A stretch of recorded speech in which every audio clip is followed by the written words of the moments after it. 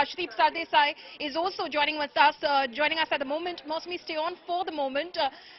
Rajdeep, what do you see coming out of this mega opposition meeting? Because already there seems to be a spanner in the works with the Aam Aadmi Party indicating, virtually saying it out publicly in an official statement, that there is a pact between Rahul Gandhi and the Bharatiya Janata Party as far as the Delhi ordinance issue is concerned. The Congress will walk out, they say, in Parliament when that ordinance is brought forth.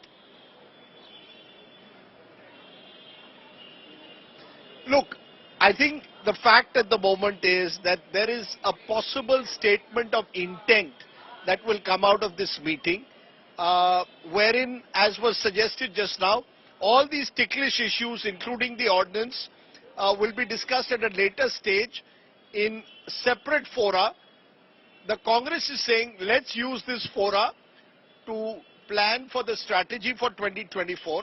Arvind Kejriwal does want assurances from the Congress on the role that the party will play in Parliament. But my sense is that given the role that the likes of Sharad Pawar, Nitish Kumar, Mamata Banerjee and the amount that Nitish Kumar has invested of his political equity in organizing this meeting, I don't think you will see a breakdown, you won't see a breakthrough. So this meeting will be used to set a platform, a stage for further meetings to take place. Some of them could be smaller meetings, subgroups could be appointed, and individuals could be assigned specific tasks. So this meeting, in a sense, is only setting a platform for future meetings. I don't think that this meeting will actually provide a kind of dramatic breakthrough. And given those ticklish issues raised by Aam Aadmi Party, some by Mamata Banerjee, I don't see a common minimum program emerging just yet, or indeed a common strategy for 2024 emerging just yet.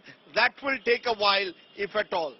Okay, Rajdeep, because you've obviously covered politics for so long and you have the understanding as well, help me understand this. What was the AAP's game plan in issuing that public statement, that official statement that said that there seems to be some sort of a milli-bhagat between Rahul Gandhi and the BJP to take down the ordinance, in fact ensure that the ordinance passes through in Parliament when of course it is brought forth over there? Issuing that just before the opposition meeting starts, just when Arvind Kejriwal, Rahul Gandhi, Mallikarjun Kharge are entering that room. You know, good question, no easy answers, Paulomi, because the Aam Aadmi Party, and I've been speaking to their leaders over the last couple of days, they are saying for them the ordinance that has been brought in by the Delhi government restricting the powers of the Aam Aadmi Party is a matter of life and death, to quote one leader. We need support for this.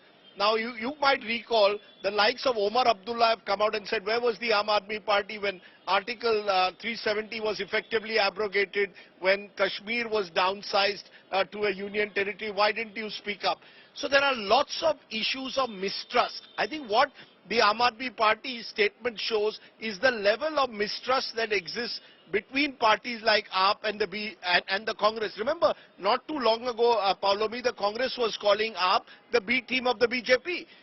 Now, to do it just before the meeting, is it throwing a spanner in the works or setting a Lakshman Rekha in a way for the Congress? I think Arvind Kejriwal will have to recognize that he has very few cards in his hand at the moment. Some of his key members are in jail. The AAP is at the moment struggling in that sense, given what's happened with the Delhi liquor scam. The Congress, on the other hand, is buoyant after its victory in Karnataka. So somewhere, I think the power equations have changed a bit. And Arvind Kejriwal will have to recognize how that plays out, Paulomi. So I think while he may be playing for high stakes, I think the Congress wants to play it much more carefully and doesn't want to commit to any kind of wider alliance with Mr. Kejriwal till what happens in the winter elections later this year. Speaking of the Congress, Rajdeep, we were just earlier speaking to Tariq Anwar, and very interestingly, because we were discussing this earlier about what sort of a role does the Congress play as far as this Mahagathbandhan is concerned. Tariq Anwar says Congress will be leading this opposition alliance. So the Congress, of course, they're making it absolutely clear that they're not ceding space to any other party or entity to lead this alliance. that is another major question, the whole leadership of the alliance. I think there's a recognition there that the Congress does have to play a central role because, frankly, the Congress has a footprint across far more states than any other party who's there at this meeting. The question is, how much is the Congress also simultaneously willing to, in a way, give up for these parties? For example, in a Bengal or in a Punjab, is the Congress willing in Punjab to cede primacy to AAP and in Bengal to Mamata Banerjee? It may be easier to do it in a way with Mamata for the Congress, but much more difficult to do it in Punjab with AAP. So the Congress, according to me, is the elephant in the room. And within that elephant, the real elephant is Rahul Gandhi. You see, Rahul Gandhi's view is that you have to strengthen the Congress to make it, in a way, the prime challenger to the BJP. Now, in the process of doing that, are you going to also take on some of the very parties that you are sharing a room today with? Mamata Banerjee, for example, thinks that Sitaram Yechuri is some kind of a guide and mentor to Rahul Gandhi, and she cannot really stomach Sitaram Yechuri too much. So she has a problem, a mistrust factor. Arvind Kejriwal and the Congress have mistrust against each other. How do you overcome the trust deficit? That is the big challenge that the likes of Nitish Kumar and Sharad Pawar, far more experienced leaders, really have. And I think they haven't set their ambitions too high, as I said at the outset. They just want this to become the beginning of a dialogue, not the end result. So if we start looking at all of these alliance partners individually, would you say that it is Nitish Kumar and Sharad Pawar who are the ones who are thinking more practically as far as, the give and take aspects of this alliance are concerned? Rajdeep? Absolutely, Paulomi. I think these are the two leaders who've set an example, one in Maharashtra, one in Bihar, of the art of the possible. Nitish has twice left the BJP and returned to the fold, and Sharad Pawar stitched together the Maharashtra Vikas Aghadi in November 2019. So these are more pragmatic politicians, and I think one of the factors missing in this opposition meeting is the absence of pragmatism and the belief that some of these opposition leaders have that they are far more powerful than the ground reality is. So unless there is a match between the ground reality and their ambitions, these political parties will find it very difficult to come together.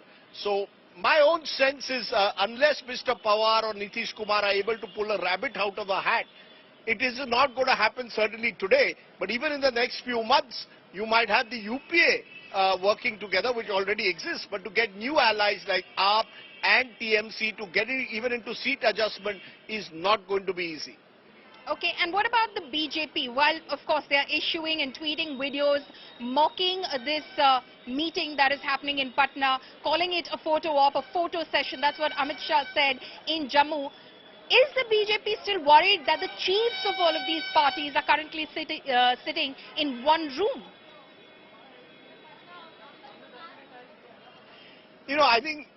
I think they should be worried. Look, politics, Paulomi, is as much about arithmetic as it is about chemistry. And as we've seen in a state like Maharashtra, when three major parties come together, Shiv Sena, Congress and NCP, they are able to carve out a space for themselves. So I think in states like Maharashtra, in states like Bihar, where RJD, Congress and JDU are together, or even if there were to be a grand alliance of some sort in Bengal, all of these would pose challenges to the BJP in states that they did very well in 2019. So while the BJP will call it a Mahamilawat, will question the fact that who is your leader, will say it's Parivarvad, that they've come together out of the fear of the ED, all of that will happen.